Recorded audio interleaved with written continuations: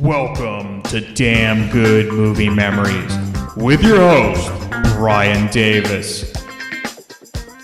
This podcast is the cure for your long commute and super boring workday. Hey there, it's Brian Davis, and welcome back to Damn Good Movie Memories. So for this week, you know we've already covered our famous cities and the movies they were filmed in. So we did San Francisco, New York, and Chicago. And now we're going to kind of wrap this all up with movies with city names in the title. So that at first you would think, well, this is kind of a weird topic, and this is difficult, but it really isn't. And there's tons of them, even though I think some of my guests are having a tough time finding movies, but I found a ton. So let's see if I match them or if I did more research. I don't know. But usually my research involves going through my very extensive DVD collection, so it's really not that much research. Anyway, let's get this started and in no particular order. But before we get into our list, we have an iTunes review, and it is from Rocket Ride 69, and the title is Wow, Just Wow. I'm not the biggest movie person on the planet, but you don't have to be to listen to this podcast. Brian and crew bring their own personal spin to a bunch of mainstream movies that I remember watching. Having several different guests with different perspectives keeps the listener engaged. If you are new to this podcast, give these episodes a try. Episode 4, which is favorite movie villains. Episode 27 and 28, which is the favorite 80s movie songs. Episode 36 with buddy cop movies. And episode 61, San Francisco Bay Area movies. Mr. Brian Davis, keep up the great work. You rock, sir. And that is from Sonny Pooney from the Grown Up Rock podcast. And also, I forgot to mention his partner, Stephen Michael. They do a terrific job on Grown Up Rock, and so definitely check them out. They're a lot of fun, and they have a nice chemistry. So thank you so much, Sonny, and thank you for the support. All right, now let's get into my list for favorite movies with city names in the title. Sleepless in Seattle from 1993. This is a modern classic for romantic movies, and though it borrows a bit from Affair to Remember, which was actually a remake of Love Affair, it's still unique enough to stand the test of time on its own. Also, this is the movie that will forever link Tom Hanks and Meg Ryan together. Yes, in spite of Joe versus the Volcano. So while Sleepless in Seattle is definitely geared towards a female audience, I personally find it appealing to anyone who's looking for that certain person that you really connect with. No matter who you are or what you're into, there will always be that inherent need to share your life with someone else. That certain someone is out there somewhere, maybe even at the Empire State Building. Next is Beverly Hills Cop from 1984. This is by far my favorite Eddie Murphy movie, though I do enjoy Coming to America a lot. But what's most interesting about the development of Beverly Hills Cop is the producers originally intended the movie to be a Sylvester Stallone film and make a serious action flick. Stallone had a variety of ideas of how he envisioned the movie, and it was deemed too expensive to make by Paramount. Obviously, everything turned out okay because the change of the film to an action comedy worked out the best, and Eddie Murphy was the perfect actor for the role as he had already had action movie experience with 1982's 48 Hours. There are so many funny scenes and memorable lines in this, but my buddies and I used to mimic the scene where they're in the strip club and he's like, "Hey, what's happening, Phil? Hey, Philip, give me a kiss." Get it up.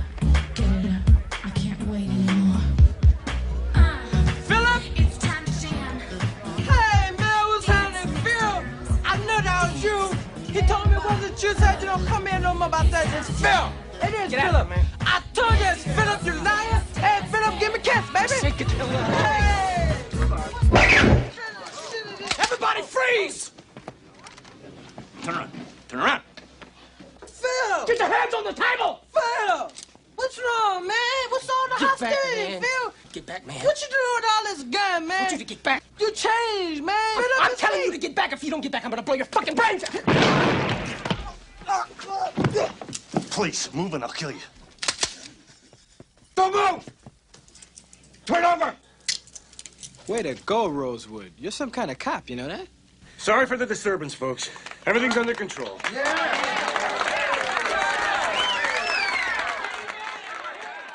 Next up is Bull Durham from 1988. This is not only one of the greatest baseball movies, but one of the greatest sports movies ever made. And the reason I love Bull Durham so much is that the plot does not rely on that one big game to wrap up the story. Almost all sports movies have that championship fairy tale type ending, and Bull Durham simply does not need to rely on conventional endings. And really, the lack of one major game is truly the spirit of baseball. Baseball seasons are a daily grind that lasts over half the calendar year, and that's where Bull Durham nails the real essence of baseball, that day in and day out life of a ball player. Kevin Costner looks and moves like a veteran ball player. Not many actors could pull off the role like Costner does, and Susan Sarandon nails, no pun intended, the Ballpark Annie role. And by the way, I always thought that Susan Sarandon and Bette Davis looked alike even before she filmed that the feud with Joan Crawford, that miniseries. But I saw this a long time ago, but forget that. Also, Tim Robbins, he's not much of an athlete playing Nuke Lelouch, but he uses that lack of athleticism to his advantage, and he's so quirky as Nuke Lelouch, you can't help but like him. But my favorite scenes are where Crash is teaching Nuke about the art of interviews. It's hilarious because every athlete gives the same tired, cliche-written interviews, and it's perfect because athletes really don't stray from those cliches. I love winning, man. I fucking love winning. You hear what I'm saying? It's like better than losing. Teach me something new, man. I need to learn. Teach me something. Well, you got something to write with? Good. It's time to work on your interviews. My interviews? What do I gotta do? You're gonna have to learn your cliches. You're gonna have to study them. You're gonna have to know them. They're your friends. Write this down. We gotta play them one day at a time. Got to play. It's pretty boring. Of course it's boring. That's the point. Write it down. One day at a time. All right. I'm just happy to be here. Hope I can help the ball club. I know. Write it down. I just want to give it my best shot, and the good Lord willing, things will work out. Good Lord willing, things will work out. Yep. Next is Chinatown from 1974. I first saw this movie in a film class that I took in college, and I've said this before in past episodes. That class was one of the best courses I took in my college career.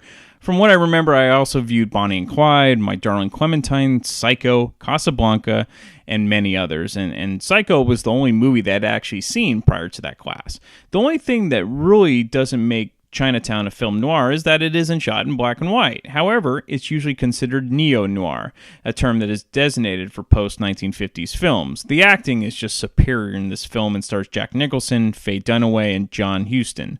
In many ways, Chinatown reminds me of Touch of Evil from Orson Welles, and this began the string of real major hits for Jack Nicholson. Next, he did One Flew Over the Cuckoo's Nest, and then a few years later, he would star in The Shining. All right, my next pick isn't a great movie, but it's a fun movie, and it's got a city in the title that I actually own, so I gotta throw it in there, and that is Detroit Rock City from 1999. And this is, if you didn't already know, it's a Kiss theme comedy, Kiss being the band, starring Edward Furlong, Sam Huntington, Giuseppe Andrews, and James DeBello. The movie tries to kind of match the feel of Dazed and Confused, but the characters just aren't as memorable as Dazed and Confused. However, if you're a major Kiss fan or grew up with Kiss in the 1970s, this might be kind of a fun bit of nostalgia for you. Next up is Doc Hollywood from 1991, and it's actually being released on Blu-ray soon for all you Blu-ray geeks out there. So anyway, Doc Hollywood is a fun and often forgotten romantic comedy from the early 1990s,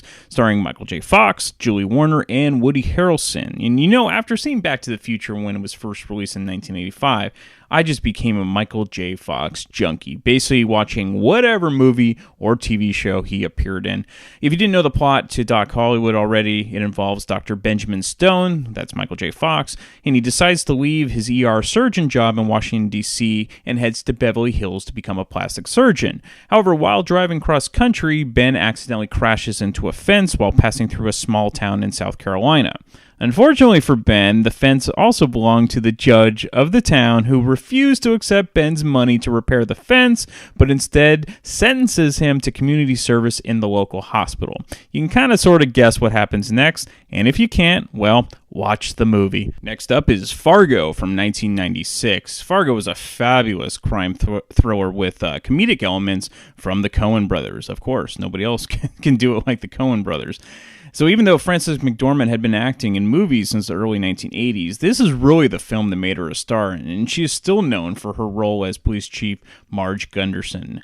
The other memorable part of the movie are the accents used by the characters based on the residents of Minnesota, as many of those living in the region have ancestors from Norway and Sweden, which is why you kind of get the sing-song voice, but it's very cool nonetheless. As typical with most Coen brothers movies, the subject matter is very dark, involving a botched kidnapping and ransom ploy of a local car salesman's wife.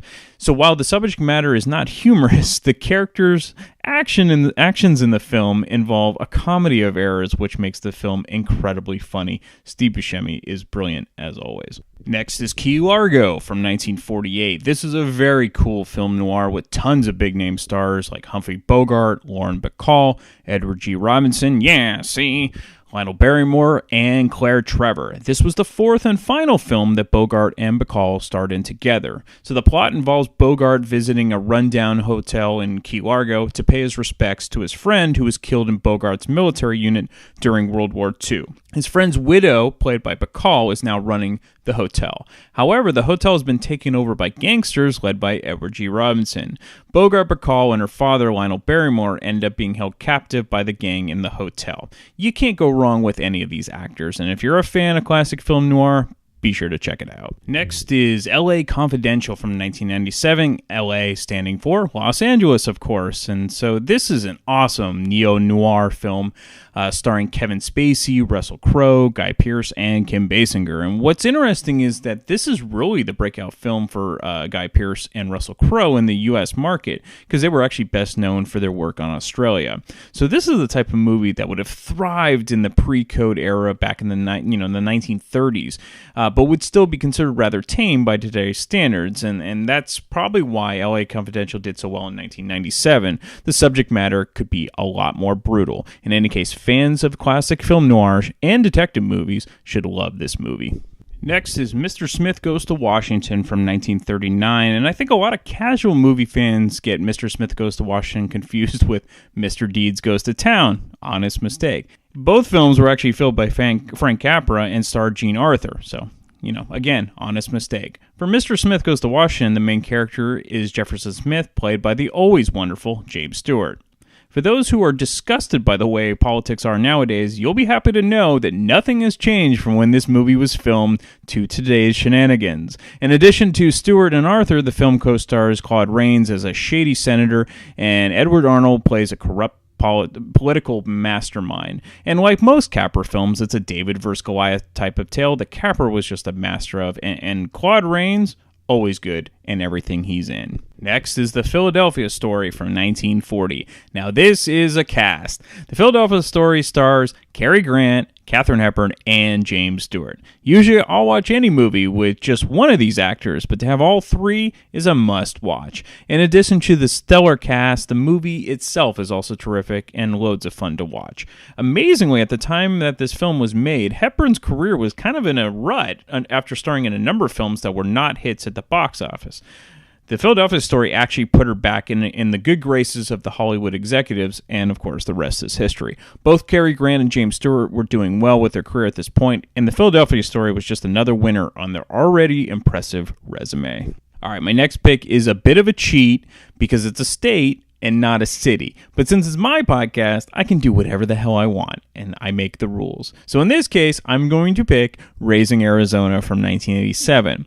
There are certain movies that you watch when you're a kid that you love, but then when you rewatch them as an adult, they just don't hold up as well. The opposite is the case for me when it comes to Raising Arizona. I was too young to appreciate this film when I first saw it as a kid, but as an adult, it's absolutely hilarious and ridiculous.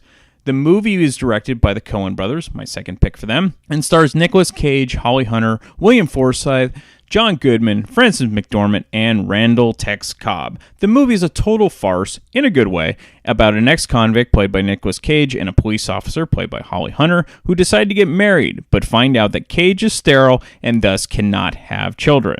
They get the bright idea to steal a baby from one of the wealthiest families in town who happen to have quintuplets. So seriously, who would miss a baby, one baby out of 5? So they decide to kidnap it, and all mayhem ensues, and it's a Coen Brothers movie, so you never know what you're going to get, but then again, you do kind of know what you're going to get because it's going to be a dark comedy. Next up is the movie version of the hit TV show Reno 911 called Reno 911 Miami from 2007. And so I loved the show so much when it was on the air from 2003 to 2009, as it was basically like an airplane version of Cops. Each character was hilarious in their own way, and even I was surprised they decided to make a movie of the show. But Reno 911 Miami is just as ridiculous as the TV show, just in a longer runtime. And if you want it, the quick plot involves the gang being called in to help out with a terrorist attack at a police convention in Miami, and you can kind of guess how well that's going to go when the police crew from Reno 911 is involved. All right, 2 other quick mentions. Meet Me in St. Louis. I'm not a big musical fan, but Meet Me in St. Louis or St. Louis, whatever you want to call it, it's a classic. It's an absolute classic. I actually really enjoy it, even though there are a lot of songs in it, but I can't help it. Judy Garland is one of the best. And also, I'm going to throw out there, this is a ridiculous movie, but I love the 80s. I watched it a lot because my sister watched it a lot, and that was Troop Beverly Hills, starring Shelley Long from Cheers, and then she started to have a movie career, and she left a hit TV show for that, and she starred in movies like Troop Beverly Hills. So anyway, all right, let's hear what everyone else has to say on this week's episode. Okay, we're going to do Lindley's least favorite subject in a while. We're going to pick, she kept telling me how stupid this subject was, so I can't wait to have her on. I said I couldn't come up with anything. I'm out of ideas. So we're going to talk about your favorite movies that have a city name in the title. Yes, and I'm still out of ideas because I'm just naming 3 of the 4 movies I've already talked about. So they've been on other lists. Let's talk about the movie that you haven't talked about. Oh, okay. So Munich. Munich. Okay. Yes. City name. Mm-hmm. Again, well, that kind of ties along with the... kind of tied because it's the aftermath of the kidnappings, and exactly. So whatever. It's just a portrayal. I don't even know what I want to say about it. So it's a 1972 Well, it's hostage. after 1972. So there's the hostage dream, and then this dude's in the Mossad and goes into like Argentina to... Yeah, I mean, this sect is going in and kidnapping old Nazis, and then they go after... It's part of the group that goes after the Munich kidnappers. Right. Yeah, it's a very good film. It's really well done. It was done. Eric Bana? Yeah. Is it? Yeah. Did you? You don't see him much anymore. That's one of my favorite lines in Knocked Up, where they're like, he said, if any of us get laid tonight, it's because of Eric Bana and Munich, so they're all Jews. So, that's a good line. Yeah. Go Judd Apatow. Yeah. Okay, so let's quickly go through the 3 that you always talk about. Yeah. 2 Days in Paris. Okay, yes, yeah. And so it's a great portrayal of Paris, the city, and I just think it's just a great snapshot, right, of that area. I love that actress. Mm-hmm. I think she's the writer, director, so you like Paris instead of New York? No, I prefer New York. Oh, really? To Paris. 2 Days in New York? Yeah. I like both of them. Okay. I think 2 Days in New York, Chris Rock is definitely the more likable boyfriend. Her boyfriend... I don't think they're married. I know they have kids, but her boyfriend in the first one is Adam Goldberg. So that's the one I've seen. I've seen the one in Paris. You should watch the New York one. It's very funny. Again, it's a very much like fish out of water in both ways. The first one, it's Adam Goldberg in Paris, kind of the conflict with her parents, and it really is her father in real life. It's just this he's adorable fun. Frenchman. He keeps smashing cars. He keys SUVs. He's like a hippie environmentalist, kind of. I don't know, funny. Yeah, I think it's very French. Like, it's a very French type of old person. And same in 2 Days in Paris, then her family comes to New York and is in their apartment with them. So, yeah. And he does the same thing. He's still keying cars. And nothing changes. What are the other 2? Oh, one more. 2 days in Paris, 2 days in New York. Okay, and then my other one was Fargo. Fargo. It's just one of my favorite movies. I think it's perfect. So why do you think it's perfect? Why do I think Fargo's perfect? I don't know. I think Frances McDormand has a lot to do with it. I loved the portrayal. And then again, I love the premise of the setting. It's just dark, cold. It's just this crazy premise. I love the and it's not really a true story, even though people kind of misconstrue it as... It's not a true story. They made that as a joke. Okay, yeah. So they said that at the beginning. Not as a joke or just, it's completely baseless. It's not based on anything. Got it. And I love that she's like pregnant, female, and she actually solves the crime. Absolutely. And no one will listen to her. And then if you watch the TV shows that they've made kind of as an homage to Fargo, and they don't take place in Fargo. They're still called Fargo, the TV shows, but they're based in the general area, other small towns in the area. And so there's always they kind of have the same type of characters, whether it's a... Do they have the accents in the TV show? Okay, they do. That's kind of the charming thing. There's usually the female that's not listened to, looked over, bypassed, and the bumbling police chief who doesn't know what he's doing but just wants to solve the crime. And then you have the kind of squirrely William H. Macy type in the thing. I mean, they're always there. There's a lot more characters in the TV shows than in the movie. The movie was obviously just a couple of hours. And nobody would have guessed that it had become such a... but it's so good. I mean, it's one of my... I just think it's a movie I could watch over and over again. Well, then the character actors are great in the movie. Yeah. I mean, I just love her husband in it. How he's just you gotta eat your eggs, Marge. Is her name Marge? I think so, yeah. I think it's Marge. You gotta have some protein because she's super pregnant. Oh, yeah. So, I just love that. Yeah. It's a great movie. And her boyfriend, her ex-high school boyfriend, or some boyfriend who has a crush on her or something, who comes back, and I don't know, it's just very funny. Yes, so if you haven't seen Fargo, definitely check out Fargo. Yeah, who hasn't seen Fargo? You're insane if you haven't seen Fargo. There's something wrong with you. On that note, let's wrap up on a positive thing. You're watching The Prince Christmas or whatever that is on Netflix. 50 times. We're monitoring you. Yeah. Thank you, Emily. Okay, thank you. All right, we're back with Enrico. Welcome back. Thank you. So for this week, we're going to wrap up all the city episodes we've done. And this is going to be a fun one because we're doing movies with cities in the title. Yeah. So it could be anything. It could be any city. It could be any city. I love it. Yes, all over the place. This is kind of a fun one. It is fun. So what are your favorite movies that fit this criteria? Well, I have a few that are kind of obvious, a little more popular, and then a couple that are a little less obvious. But the first one is Paris Je t'aime. What is that? It's kind of the original. Have you seen or heard of New York, I Love You? Yes. So it's kind of the same thing. I mean, it's the original. It's the French movie about Paris and a group of separate but somehow related. It's like Crash style story, love stories that center around the city. I was kind of a Francophile as a teenager. I think a lot of people are.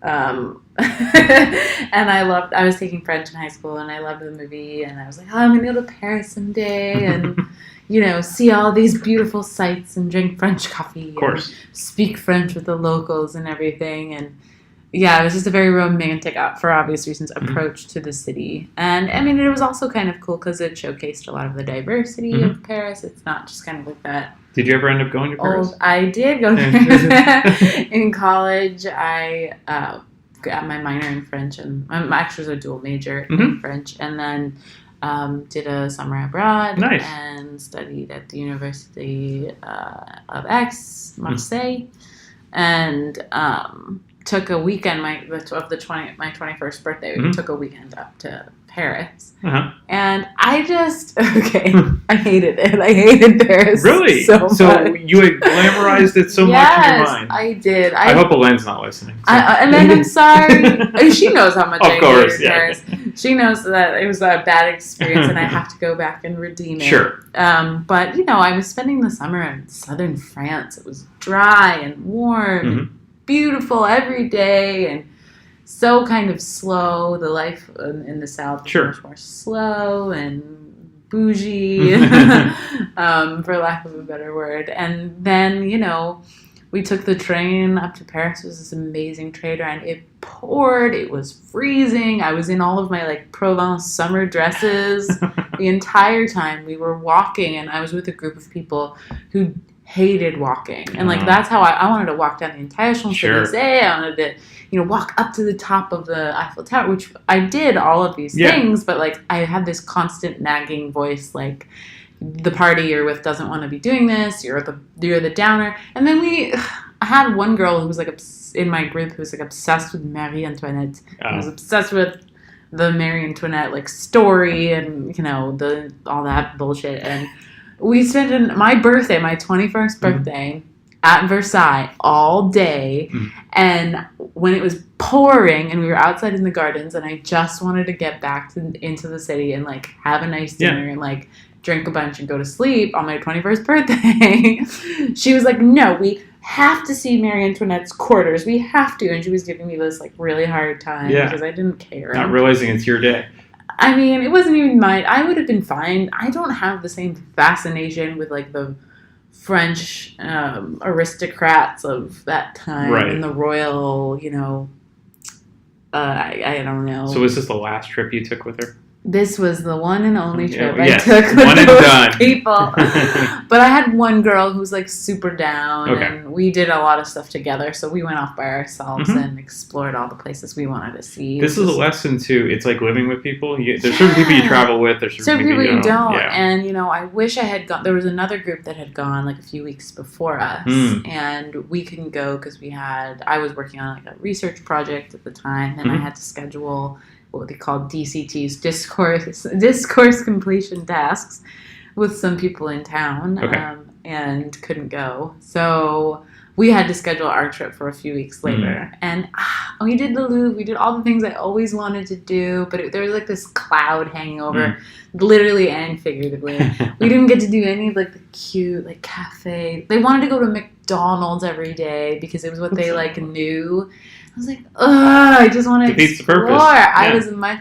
I wanted to be, adventurous. So you need to go back with somebody you like to travel with. Café Je T'aime is my favorite French movie, and I will still not French movie, but my favorite movie about Paris. Yeah. And I would like to go back and kind of live that fantasy, maybe with my husband or somebody who I like to travel with. Yeah. Or even by yourself. Exactly. You can do whatever you want. Gosh, yeah. So that was one. That's a great one. Good job. Yeah. And then the other one that's more of a little obvious is Sleepless in Seattle. Of course. Yeah. I could watch Tom Hanks do anything. Yes. I love him. Him and Meg Ryan together. They're perfect. Love them. And he had that, like, really sleepy Seattle kind of life on the houseboat. Like, not on the houseboat, on, like, the house on the water. And I never visited Seattle, never been to Seattle. I had no concept of what it was like. And, my first visit to Seattle was to see my best friend, like, in the whole world. And we got to see the whole city. We walked around, and it was amazing. It was, like, exactly what I wanted to experience. It gave me that, like, Sleepless in Seattle vibe. Well, it's a great movie, and Nora Ephron's brilliant. I love Nora Ephron, yeah. And my best friend Sarah also loves Nora Ephron. That's perfect. You should travel with her. That would be good. I love traveling with Sarah. It's, like, my favorite thing. She's amazing. But yeah, it's kind of a remake, and not a remake, but it's an homage to Affair to Remember, and also Love Story. Love Affair. Yeah. So that's the whole the New York trip, and I love how they, like, don't meet until the end. No, it's perfect. It's this whole tension and build up. Yeah, it's so good. Yeah, and the kid and. Oh, he's great. Rosie O'Donnell's good in it too. Oh yeah, Nora Ephron always has those, like, trope characters. So can you name the other? Well, there's two main movies that Meg Ryan and Tom Hanks were. I definitely know. You Got Mail. Yes. What's the other one? That was Meg Ryan and Tom Hanks together. Yeah, their very first movie together. Sleepless in Seattle was their first movie together. No, 1990. Really? There was a different movie. I thought Sleepless in Seattle was Meg Ryan's big break. She was so young. She was like.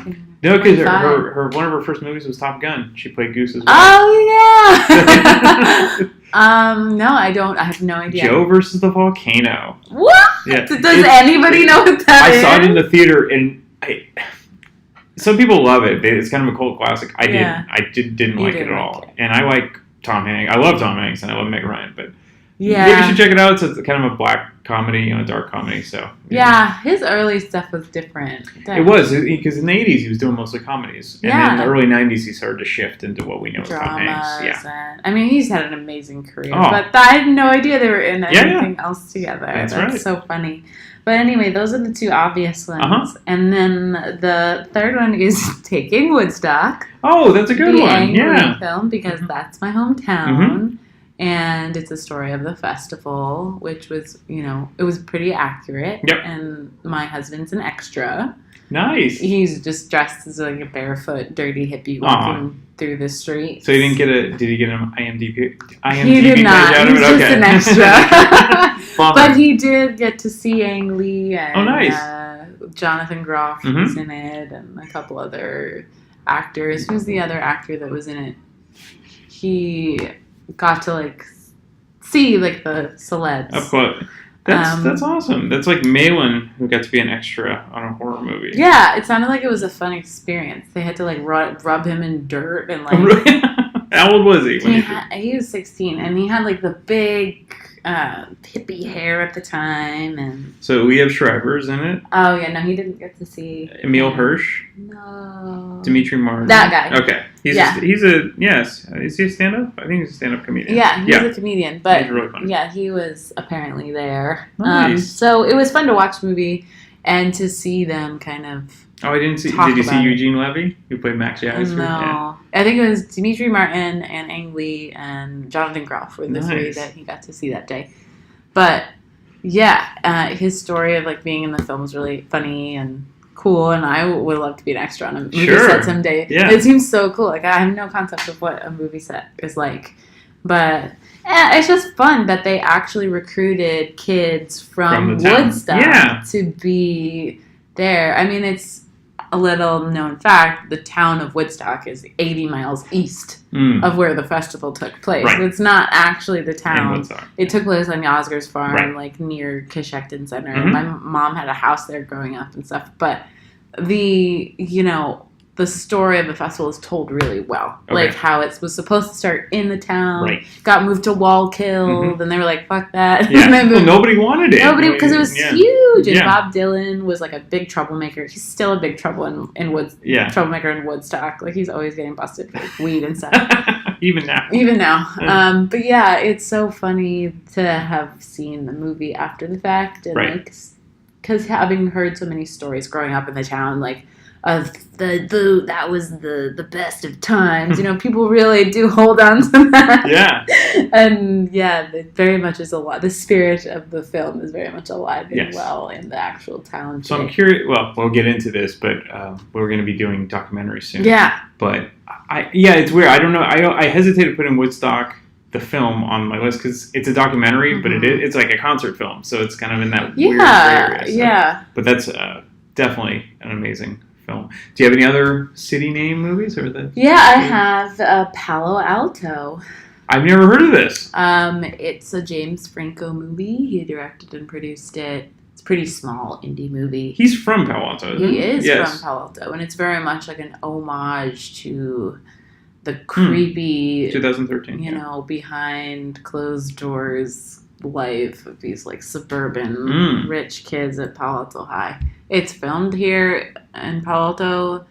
The only weird thing about the movie was it's clearly supposed to take place in present day. Okay. But it very much evoked the Palo Alto of days gone by. Presumably when James Franco was growing up there in the 90s, it was a very different place. Technology and the industries, the tech industry has completely changed the demographics, the landscape, what kids are doing. Yep. So it had this 90s grunge, kids being bad kind of undertone, and at least for me, it was not consistent with the Palo Alto that I experienced. It's just a lot of rich kids studying and doing sports. As my dad used to say, Palo Alto used to be kind of like Berkeley light before the tech industry. And that's definitely what was featured. Yeah. It was a lot of, kids trying to kind of be rebellious and that college offbeat Stanford culture and weed and, the what I loved about it was beautiful. The imagery with the fog in the evening and on the Palo Alto High School football field, things you see every day, kind of reflected on film, really beautiful. But the themes themselves were really outdated. I wish he would have just said it took place in the 90s instead of trying to set it today. Because it's like, dude, you haven't been to Palo Alto since you were a kid, have you? Yeah. He's now in Hollywood. A little more displaced. But I really want to see The Disaster Artist. Yeah, exactly. I know. I love his movies. I don't know why people give him so much shit because he's an actor. I appreciate they just, he goes off the beaten path. Yeah, I love that. So. If I'm going to watch something that I'm like comfortable with being weird, like I feel like I can trust him to keep me both comfortable and like uncomfortable. Yeah. You know what I mean? Like, what was that? The Hours one? What was it? 27 Hours? Something like that. That's a true story. So. He went to my college. He was my graduation speaker. Carnegie yeah. Aaron, what's his name? Aaron something. Mm-hmm. He was our speaker, and he was cool. He was really good. I'm sure he was, yeah. But anyway, that's it. Those are my city movies. Terrific list, because besides Sleeps in Seattle, they weren't like... I try to go obscure for you. I appreciate that. You and Samantha are going to be the artsy ones this week. Yeah. Thank you, Enrica. You're welcome. All right, we're back with Samantha. Welcome back. Thank you. So for this week, we're going to wrap up kind of our city trilogy with... Winley thinks this is a batshit crazy subject, but I think it's kind of fun. So we're doing city names of cities that are in the title of movies. Just because we only covered 3 cities, Chicago, New York, and San Francisco, so this one we can get a little broad. Now, you can still pick movies from those cities if they're in the title, but... Oh, crap, I forgot which ones I talked about. That's okay. That's dirty little secret, folks. We record these a long time ago, and then we forget what we talk about, so... What were the cities we did before? So, New York, San Francisco, Bay Area, and Chicago. Okay, they were all U.S. Okay, yes. Okay. So you'll definitely have some international. I think I have a couple Okay, here. cool. Let's get into it. Oh, I'm going to take Chicago out of my list. The movie Chicago? Okay, fair enough, yeah. But, we were talking about how, though, I picked mostly movies that were filmed in those places. Mm-hmm. So now we're just kind of talking about movies with the city in the title. So so it could have nothing to do with the actual city, but they could be in the title. Yeah, because I will still bring up. I talked about Chicago, the musical from 2002 or whatever, but it wasn't actually filmed in Chicago. It was filmed in Toronto. That's right. It really killed my thoughts, but yeah, that's still on the list. Okay. I love that movie. I loved it for a couple of years. I watched it all the time for some reason. Well, it's a good thing you didn't watch on Netflix, because Netflix would have monitored your Chicago watching and maybe called you out on it. I know, that was so fun. All right. So, yeah, I won't talk about that one much more. Okay. The next one, so I have a couple old movies. Okay. These are pretty classic. We've talked about both of these movies before, Roman Holiday and An American in Paris. Yes. So... I'm surprised I didn't pick Roman Holiday. I should have. That was a great one. Rome, it's because it was Roman. Yeah, it's hard to remember. This is why I have different people on, because they're going to catch me on that. So that's a great... Those are both amazing classics. Yeah, and Roman Holiday's awesome because it's just... so cute. They're just riding their scooters through the streets of Rome. So do you think... So that one I put on the list, even though I really do like the ending, but it's also an ending that I think a lot of people wanted to change because they don't end up together. No. But it's kind of a perfect way to end it. It's realistic. Absolutely. It was realistic. I never thought she would run away from being a princess. Right. So it is sad. You want the happy romantic ending, but... she goes back to her duties. And he goes back to his job. Back to being a journalist or whatever it was. But that's a nice thing because you could think whatever you like out of it. Mm-hmm. Maybe in your own mind they see each other still. Maybe they'll reunite or something will happen it's open-ended. That's right. But yeah, that's a great classic. I think it really gives a good view of... I've never been to Rome. I really would like to, but I think it represents it in a nice way. And when it was filmed, I think it's just a super charming movie. It is. And that was her first movie, right? I think so. Okay. Because I want to say Sabrina was 54 and Roman Holiday was 53, but I could be wrong. 53, yeah. Okay. Yeah, that was her film debut. Well, what a film debut. I know. Yeah. I just think it's cute. Yeah, it's I a great like her story. outfits. Yeah. And And Gregory Peck's great and everything. So Gregory Peck is lovely. Whole like princess like is free for a day type thing is really cute. So let's see. And then what did I say? I also said American in Paris. I haven't seen this movie in years. Yeah, me neither. But I feel like I want to. Again, another one that's super charming. Do you think it was filmed on a soundstage? Probably, because a lot of those were, Yeah. But that's okay. That's it didn't have to be filmed in Paris for you to pick this movie. But it still is. It did a decent job. Yeah. Like, I'm a huge Gene Kelly fan, and I love the cheesy like dance scene. And that's the one thing we talked about before. Well, a lot of these older movies we didn't pick for cities because they were mostly filmed on sound stages. They weren't actually filmed in the city. So but that's a good pick. I really want to know now where it was filmed. Oh, yes, he was a painter. Oh, and Leslie Caron is like the cutest person ever in that movie. What was the movie? Was she in Father Goose with Cary Grant? I don't know. She's in a movie with Cary Grant. Yeah, I think it's Father Goose. The only other one I know her from is Gigi. Yep, she's in Father Goose. Big one. Have you seen Father Goose before? No. It's a really cute movie. He's kind of like this old seafaring fellow, and he's always very charming, and she's great. And then she has a group of kids with her that get stranded, and then he kind of saves them. But it's a comedy, so yeah, it's a good movie. Yeah, I'm gonna get lost in a research hole, but I need to watch this movie again. I can't really remember any details except like he's a painter. They're like on the Seine. Well, during your winter vacation. Oh, this is a perfect good winter one. Vacation movie. Yes. Oh, thank you. Okay, so I'll stop blabbing about that. A more recent movie, I think I could have mentioned it in this podcast before. It's called Brooklyn. Oh, okay, yeah. It came out a couple of years ago, and it's about this girl. She's an Irish girl, and it's based on a book. And so it's set in the 50s, and this Irish girl, she's not super poor or anything, but she immigrated over to the United States to work and just start a new life. And so she lived in Brooklyn. Okay. And in like this house with a bunch of other young women. And then she like falls in love with like a Brooklyn guy. Okay. So he's very like quintessential. He has the whole accent and everything. And she has an Irish accent. Yeah.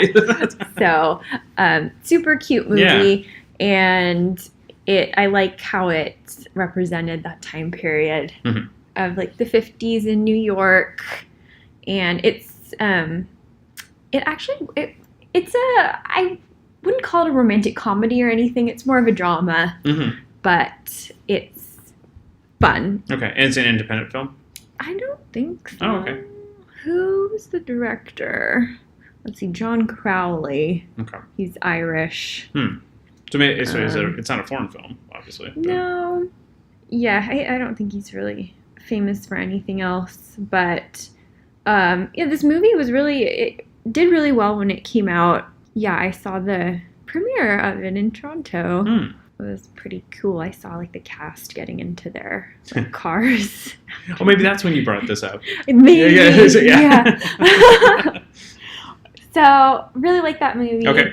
I have a theme. All these movies have been based in like the 50s. Oh, that's good though. I like that. Well, 2 were actually filmed then. One was based in it. Yeah. And then I'll just mention, I really want to talk about this one because I just saw it, but it's based in a fictional town. No, that's good. So it's currently in theaters. It's called 3 Billboards Outside Ebbing, Missouri. Okay. Have you heard of it? I have not heard of it. Ooh. This is good. It's going to be in the like award circuit. Okay, so you heard it first there, folks. Yeah. So I think it was nominated for some Golden Globes already. Okay. So I just saw it over Thanksgiving time, and it stars Frances McDormand. Oh, okay. And she plays the background of the movie, it's very sad, but it's a super dark comedy. Like dark humor. Like I wouldn't say this movie's for everyone. So is it kind of like Fargo dark? Yeah. Okay. And it was made by the director of In Bruges. Oh, yeah, which yeah, is yeah. another Yes. city movie, which I can That's a good one too. Segue into that. Yeah. So really just hilarious foul mouths, and they have some great, really awesome, why can't I think of the word? Insults. Okay. They have some hilarious insults for each other. And so what's the premise behind the film? So the premise is that this mom, her daughter was murdered. Okay. And so I love a good murder mystery. Yeah.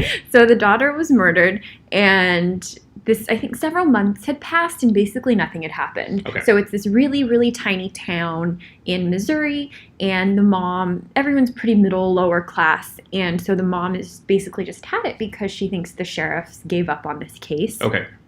So she rents 3 billboards on one of these rural streets going into town that calls out the sheriff for not solving her daughter's murder. Okay. Yeah. And so the whole town gets involved, and they're saying oh, she's a horrible, she shouldn't be doing this. Right. And there's other things I don't want to spoil. Oh, sure. There's a couple things about the sheriff and the sheriff's department that come out that are kind of a couple surprises in the movie. But she's brilliant in everything she's in. Yeah, so she's awesome. Yeah.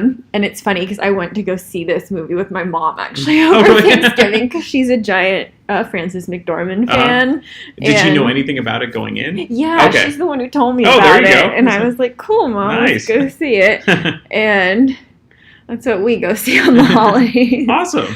Dirty murder movie. But no, this sounds cool. So I want to check this out. It's really cool. It's made by the guy who did In Bruges, so it has that humor, but it is more serious, and it's very sad, but it does kind of have that Fargo quirkiness to it, probably just because of how Frances McDormand plays the character.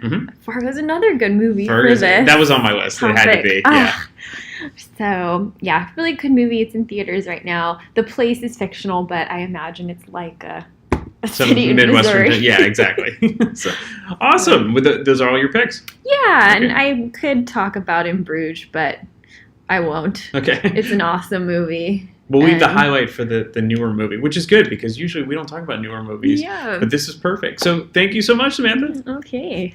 All right, we're back with Malin. Welcome back, Malin. Hey, Brian, thanks. So for this week, we're going to wrap up our city trilogy by picking movies that have city names in the title of the movie. I know it's kind of weird, but it's kind of fun too. So there's a bunch of them, but are they your favorite? So that's going to be the key here. Okay. Yeah, and it's cool too. I like this opportunity to kind of expand out beyond the 3 cities that we've been focusing on. That's right. For a few weeks. Yeah. So having said that, I'm going to start off with a fictional city. Okay. But it's in the title, so I'm not completely cheating. Miller's Crossing by the Coen Brothers. That's a great one, and definitely worth mentioning. Yeah, I used to be kind of obsessed with that film. I don't know why either. I mean, I'd always loved Coen Brother films, but for some reason that one really kind of stuck on me for quite a while. I think just the combination of the cinematography, the acting, that screenplay that has so many quick little witty one-liners, and the music is all kind of just entrancing. And then all of it kind of compared with this kind of really gritty violence. Yeah, that was a fun movie. Yeah, I mean, the acting is amazing in that. All of the actors are real. I mean, it's a really well done film. Actually, it's one of the top gangster films, in my opinion, too. Yeah, and the guy who plays, I forget who he plays, but John Polito, who's also in Barton Fink. Oh my goodness, he does such a good job of being a person that you hate to love and love to hate. Yes, yeah. And then he ends up getting his comeuppance, and I can't help but feel a little bit twisted about how that all plays out. He played a character named Johnny Casper. Okay, yeah. So he's like the aspiring kind of city boss. That's right. Who kind of goes after Albert Finney's character. Right. And then yeah, it looks like a really bad guy, and it turns out that he has morals, and so like as an audience member, it can be very conflicting, knowing whether to be on his side or not. That's right. Yes. But that's a fun one, and it's a fictional city, so it really looks like a backlot rather than any real city. That's true. But I thought I'd throw it in there. You always like to stretch the boundaries, and that's why I love having you on. Yeah, I like to see when are you gonna tell me to stop. No, I'll never. Okay, good, because I've got another one. Oh, good. Which there's a name of a city in the title, but it's not referring specifically to the city. Grand Budapest Hotel. Okay. So Budapest is in the title, but it's not about Budapest in any specific way. I just kind of like that because, it's just a fun adventure film and Wes Anderson's style. I know some people find it really distracting, and I actually kind of like it. I'm not so distracted by being pulled out of the realism of cinema, since cinema is kind of completely bogus. Right. So I'm okay with that, and he makes a kind of a fun journey anyway. Plus, you get to see Tilda Swinton in one of her more grotesque guises. That's true. She's the master of disguise, so to speak. Absolutely. Okay, what are the other ones on your list? Okay, so some real ones. Have you seen Paris, Texas? I haven't, but I think you've talked about it. But let's get into it. I probably have. I don't remember what I would have said about it or like which week it would have come up. But so Paris, Texas is kind of a road movie and mystery, a bit of like a family mystery film by Vin Wenders, who's done a lot of other really outrageously good stuff like Wings of Desire. But Paris, Texas starts off with Harry Dean Stanton as this character who you know nothing about as an audience, but he wanders out of the desert in Texas, apparently with amnesia and is mute. And so the film follows him out of that kind of cloud of mystery in the desert, and you follow him as he reunites with his family and goes in search of his long-lost wife with his son, who barely knows him because he's been gone for, I think, something like 4 years. And the kid's like only 7. So it's really interesting watching this guy put himself and his family kind of back together over the pace of the film. Right. And it's not necessarily that he puts the family back together, but it's kind of his identity and his family's history slowly kind of unfolds as the film goes on. It's really, really interesting. Yeah. Film. That's a good pick. Yeah, and since you haven't seen it, yeah, so there's some homework. Okay, that's good. That's what we like on this show. Okay, cool. Going back to the Coen Brothers, before I forget, Fargo. Oh, absolutely. That was on my list. Oh, I'm so glad to hear that. Absolutely. I just, what I'll always remember about Fargo is that I saw it in the Fargo of California,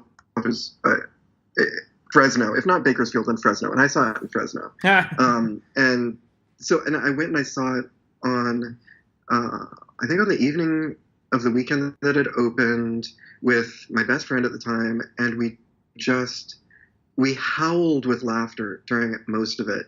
And the responses from other people who were in the audience, which was like 5 or 6 people, were really, really mixed. Like clearly they weren't getting the humor of it the way that we were. Right. And I don't think it was really being very well received. So so for that screening, I think my friend and I really made up for like any love lost amongst the other people who were there.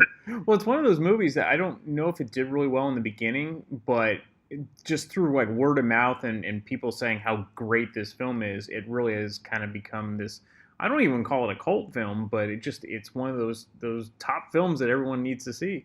Yeah, absolutely. And I probably wouldn't have even thought to see it if I hadn't already been in love with Coen Brother films. Right. And I think it followed pretty closely after Barton Fink or The Big Lebowski, one of those two. It's back then. Yeah. And so I was definitely anxious to see it as soon as possible.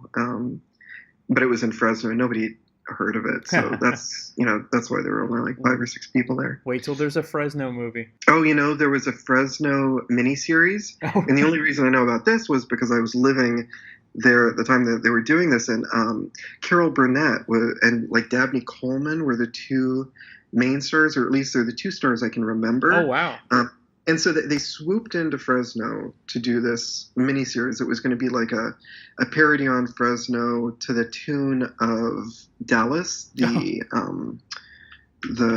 what was show. That? The TV show. Was that, does that count as like a? It's almost the soap opera. It's like one of those night soap operas, like Knots Landing places. Exactly. So this was supposed to play like that, but it was only for a miniseries length.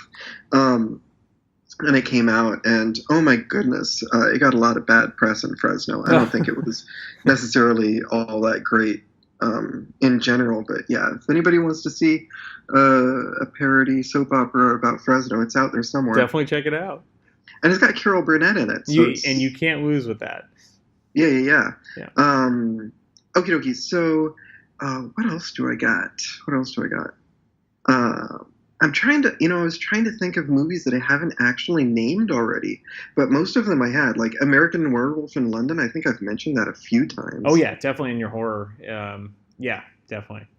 Yeah, and then Muppets Take Manhattan. I know we've talked about that one. Well, that one was for New York, so that's good. Okay, and then here's one I know we haven't talked about. And since you didn't decide to do Los Angeles as an individual city, I have 3 Los Angeles films to end with. Cool. One, Chinatown with Jack Nicholson and Faye Dunaway. Absolutely. So kind of, a drama, mystery. That's kind of a fantastic movie for like a Saturday midday, just lounge around the house and watch something kind of creepy. That was definitely on my list. And it does really, what's that? Oh, definitely. Yeah, it does a really interesting job of capturing Los Angeles in the middle of the 20th century. Yes. And it's kind of got that neo-noir detective. Absolutely. Yeah. So that one, L.A. Story. Oh, that's a great one with Steve Martin? Yeah, with Steve Martin. And anyway, I think that's just fantastically hilarious, that film. Having a love-hate relationship with Los Angeles myself, that one, I think, pokes fun at it in all of the right ways. I think that's one. Especially his early on in the film, he's giving, I think, a tour of, giving a museum tour to either a friend or some friends. It's been a while since I've seen it, but I do remember he's doing it on roller skates, which is probably the way that you should see a lot of Los Angeles. Absolutely. If not in a car, then on roller skates. That's right. Just to like bridge the divide between the automotive and pedestrian experience. It feels very intro to Three's Company, Yeah, right. Yeah, totally. Yeah. Oh, okay. So the last LA film, and this is kind of cheating. It is, I could probably included on the documentary segment. It is called Rainer Banham Loves Los Angeles. Rainer Banham was an architectural historian and he was really interested in like mid-century modern architecture.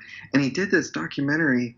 It was kind of documentary and it's kind of a film, but it's basically him driving around Los Angeles, looking at all of these neighborhoods, comparing them to London, and talking about how great Los Angeles is.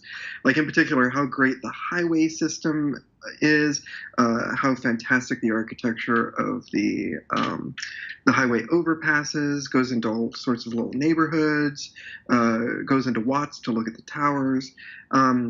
And this car that he's driving around in is this ridiculously sci-fi car for, I think it was filmed in like the late 70s or early 80s. It's really dated, and you could probably find it on YouTube or something. It is fantastically hilarious. Yeah. And it's a really good kind of sci-fi documentary weird architectural history professor gone completely flipping nuts and just kind of being all in love with Los Angeles, which is such a hard place to love, especially like the urban fabric of it in like the late 70s and early 80s. Right.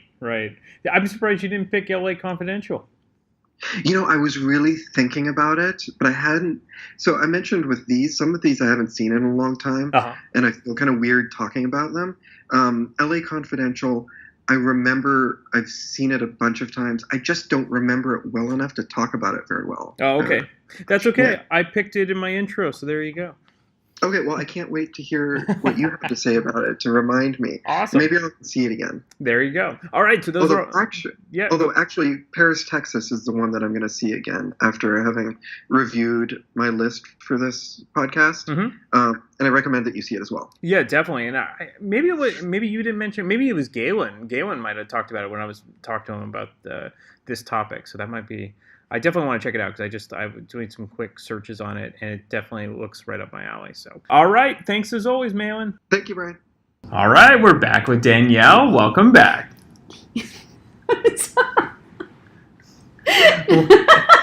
So, what's your name? No, I'm thinking about the voice thing that you said. What voice? Is my voice good? So before we started interviewing her, we're going to get this way. She had gum in her mouth. She had Hall's mentholyptus. She had all sorts of things going on. And so for the listening audience, I didn't think that would be good. So anyway, welcome back to the podcast. Thank you.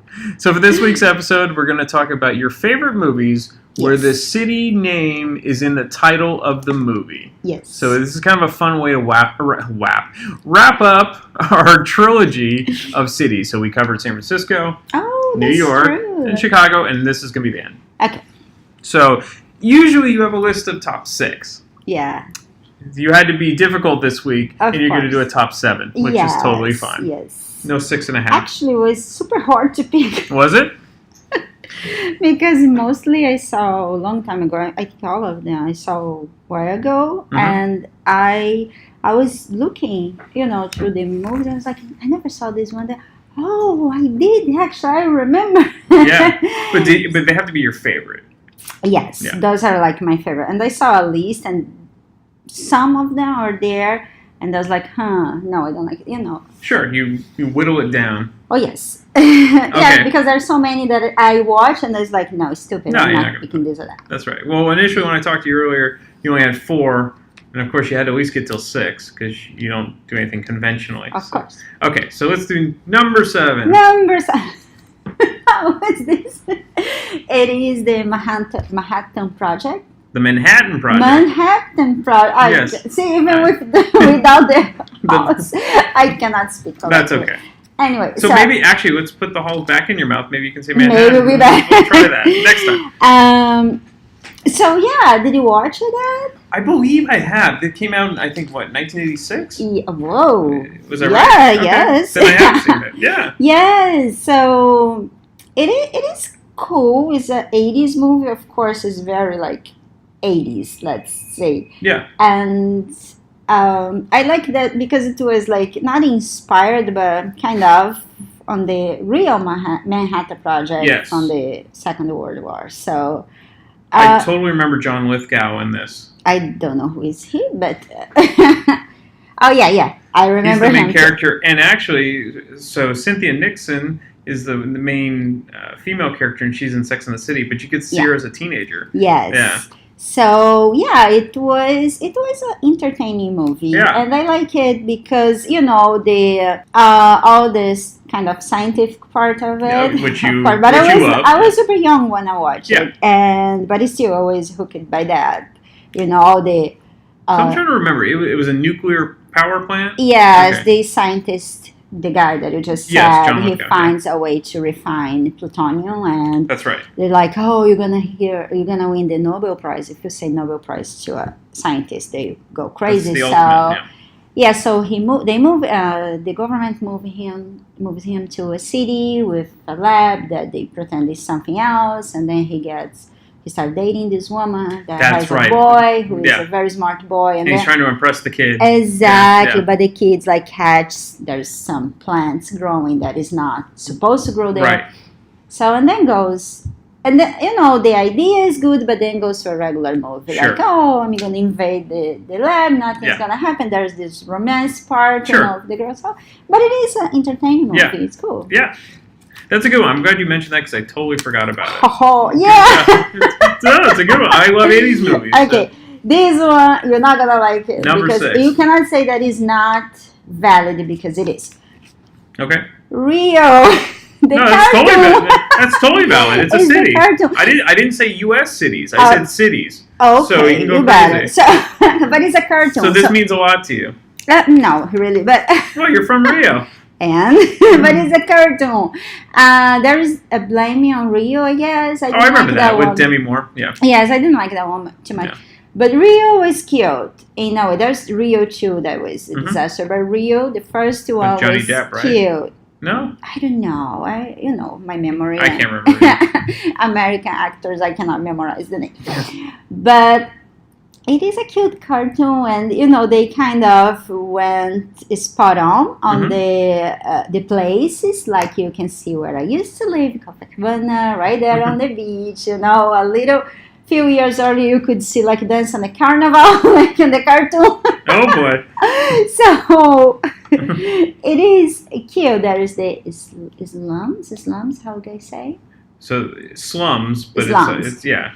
So they portrayed that as well, and the movie is cute. The fun thing about my daughter was born in Brazil, in Rio, right? So I took her to the movies to the movie theater to watch. So we were sitting there, and she was younger than she is now. She's 11. Because this came out in 2011. I know. So she just screamed, "I was born there!" in the middle of the movie.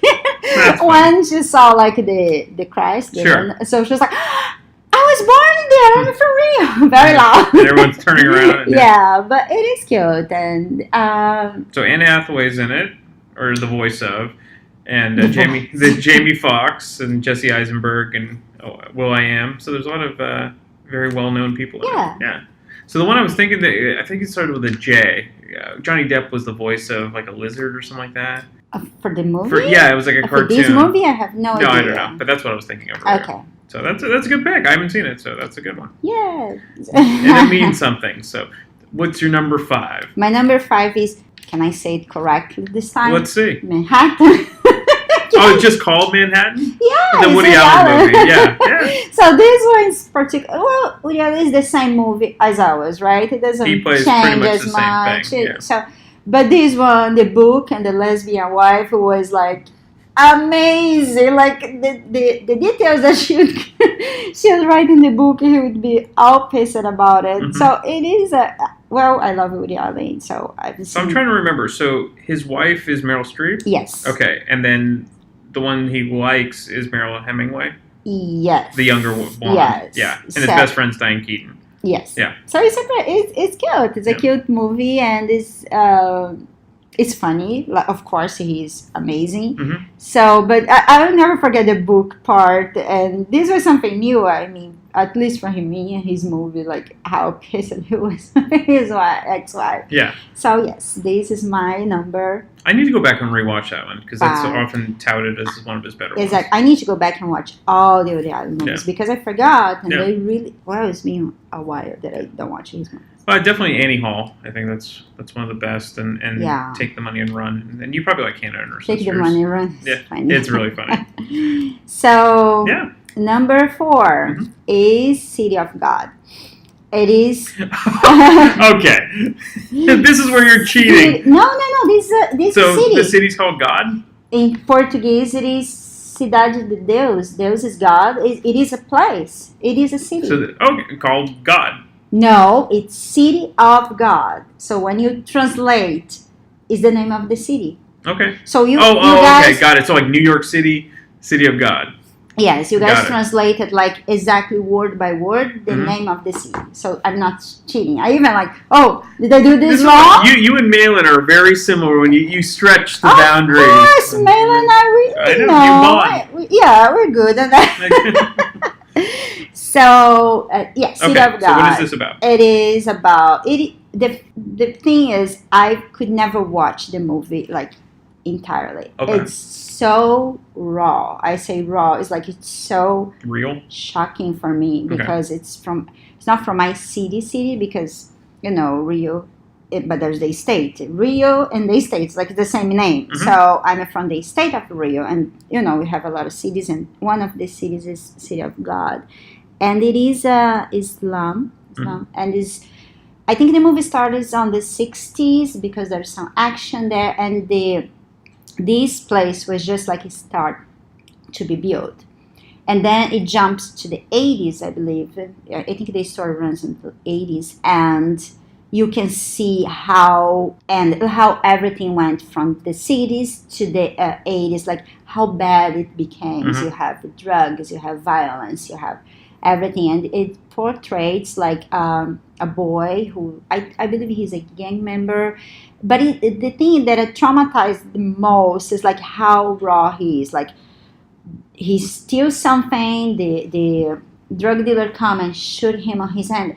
I mean, that is not our reality. It's not our law. Do you understand? Right. So when I started watching that, I was like, oh my God, it was too much for me. So I watched snippets of the movie, but I know people who watch it, even from here, they say, oh, you're from Brazil, Rio. Oh my God, I watched City of God. I was like, oh, here we go. I'm not from there. I'm not. You don't need to hide your wallet. I'm not from there. So this is from 2002. Yes. Okay. So this is my number 4. All right. Everyone should go on. So is it which language was it originally in? I think there's subtitles. It's in Portuguese. It's in Portuguese. But there's subtitles Got it. Number 3. Number 3. Did I do this right? Wait. Here we go. I have my little. so number 3 and number 2 are very like close to each. They're literally stuck on each other. I know. So number 3, it is King in New York. A King in New York. Jesus. Okay. King in New York. Yes, it's from 1957. Okay. It's Charlie Chaplin, and I love Charlie Chaplin. So one of his few non-silent films. I think it's the last movie he did, or kind of like that. Probably, because yes. Yeah. And did you ever watch? Did you hear about it? I might have missed this one. I've seen all of his silent films, and I've seen. I think it was The Great Dictator. Yes. So it's kind of, you have some things from The Great Dictator. Yeah. In this movie, it is like he's this king of this European place, like very small place, and he got this, like when you lose your crown, how do you say, the post, this. So he's no longer in power? Yes, okay, yeah. He was forced to leave the power. Got it.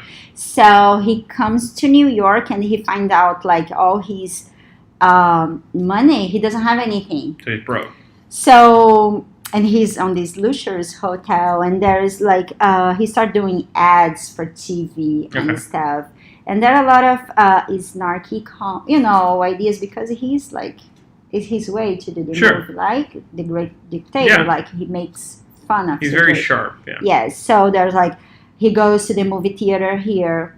It's the first thing that he does, I believe. And there's like this idiot movies. Like he goes to a rock concert. Actually, there's all these teenager, bounce their head. So he makes a satire. I don't know. It's a satire. Yes, about that.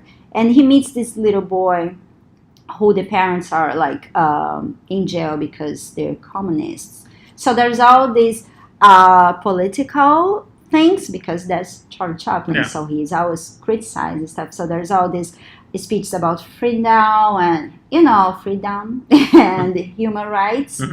And so he helps the little boy, and I think he goes back to Europe at the end, but he goes like the superhero who helped the American. Do you understand? Right. So, but it is. I mean, I forgot about this movie, and I was looking at the website. I was like, oh my God, of course, Charlie Chaplin. Yeah. So, well, this was a rough period for him, because this is during the Red Scares, they called it in the U.S., where he was, people were being labeled as communists, and so he was one of those on that list. And so I think he basically left the U.S. and lived in the U.K. because he didn't want to deal with that. That was the movie about it. Exactly. So it's very, it was his way to do movies. No, he was very witty and sharp about Yes. doing things like that.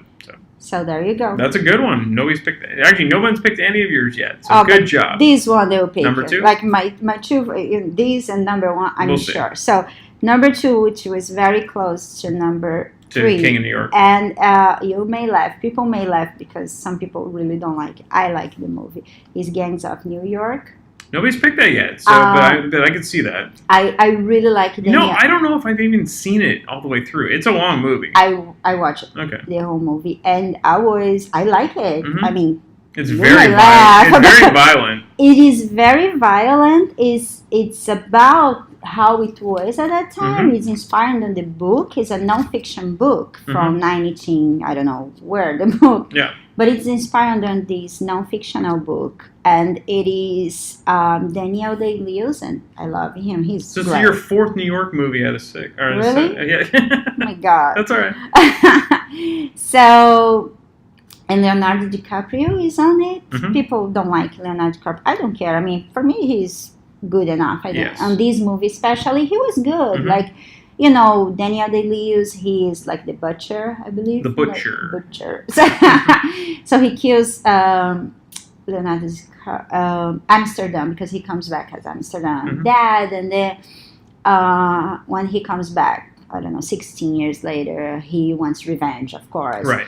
And the whole thing starts like he has his gang, and then there's but he starts like being friends with these What year guys. was this, by the way? Is this the 1800s? Yeah. Okay. No. Yes, 19th century. Yes. Okay, 1800. got it. So there's the movie is huge, but it's very well done, Mhm. and the story, to imagine that it was real, not that story, Mhm. but it was inspired at least. It is impressive. It's I really like Scorsese, it. right? Huh? Is this a Martin Scorsese movie? No, that I don't. Are you asking too much? Come on. I thought you did your research. Let's see. I'm going to confirm. I'm almost So positive. yes, it's set on 1964. So It is. It's a Scorsese movie. really, Yeah. because it's Herbert Ausbur's book. Okay. I probably said all wrong the name. So let's pretend I know. I'll spice it all in. So yes, my number two. All right. So what is number 1? So I'm sure a bunch of people got it. We'll see. It is my type of movie in a way. So it's Philadelphia. Oh, nobody's picked it yet, but I mean, it's a brilliant movie. And I love that movie. Yeah. I mean, Tom Hanks was Denzel Washington. brilliant. Mhm. I cried Yeah. so much to watch that movie. I couldn't stop crying. Yeah. It was like the whole movie from the beginning to the end. I was crying, and it was the song. Come on, you hear Bruce that Springsteen, song? yeah. Like. You hear the song, you remember the movie, and if you watch the movie waiting for the song, So I think it's Streets of Philadelphia. Streets of for Bruce Philadelphia, Springsteen. and Denzel Washington is great. Oh, it's great. And I mean, and it showed the whole, like, I think it was kind of the beginning of the whole HIV thing, and people didn't want to touch it, who had the disease and the virus, and it was all portrayed in the movie. Yep.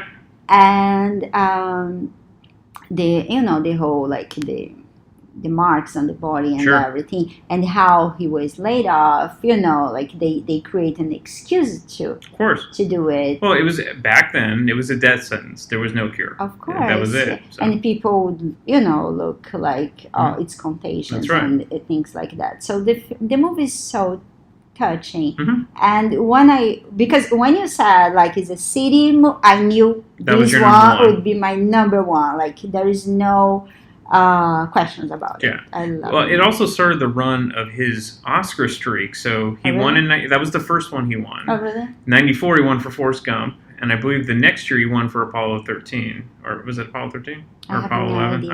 I can't remember. So I believe he won 3 in a row. And, yeah. So I think Antonio Banderas is his boyfriend on the movie. Is Miguel. It's been a long time since I've seen it. I'm not sure. Yeah, so I'm gonna try to watch it tonight. Oh man, what way to... No, I always like, I'm doing something, this movie come in my mind, I want to watch it again. So we did an episode like One and Done, and that might be kind of like a one and done, because it is really emotional. It's really sad. Brilliant movie, but it's not something I really want to watch over and over again because it is so I really sad, know. yeah. I would.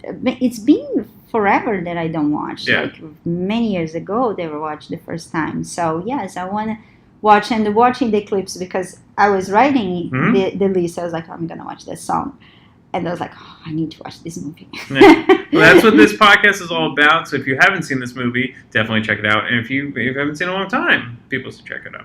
All right, as always, great job, Danielle. If you enjoyed this podcast and are an iTunes user, please do the show a favor and head on over to the official iTunes page for Damn Good Movie Memories. Be sure to leave a rating and a review. This will allow the show to appear higher in the algorithm and spread the joy of this podcast to the masses. If you are not an iTunes user, you can still listen and subscribe on Podbean at damngoodmoviememories.podbean.com. Be sure to like us on Facebook under our Damn Good Movie Memories page. You can also listen to a limited number of episodes on YouTube. I hope you enjoyed this week's episode, and be sure to tune in next week for an all-new episode of Damn Good Movie Memories.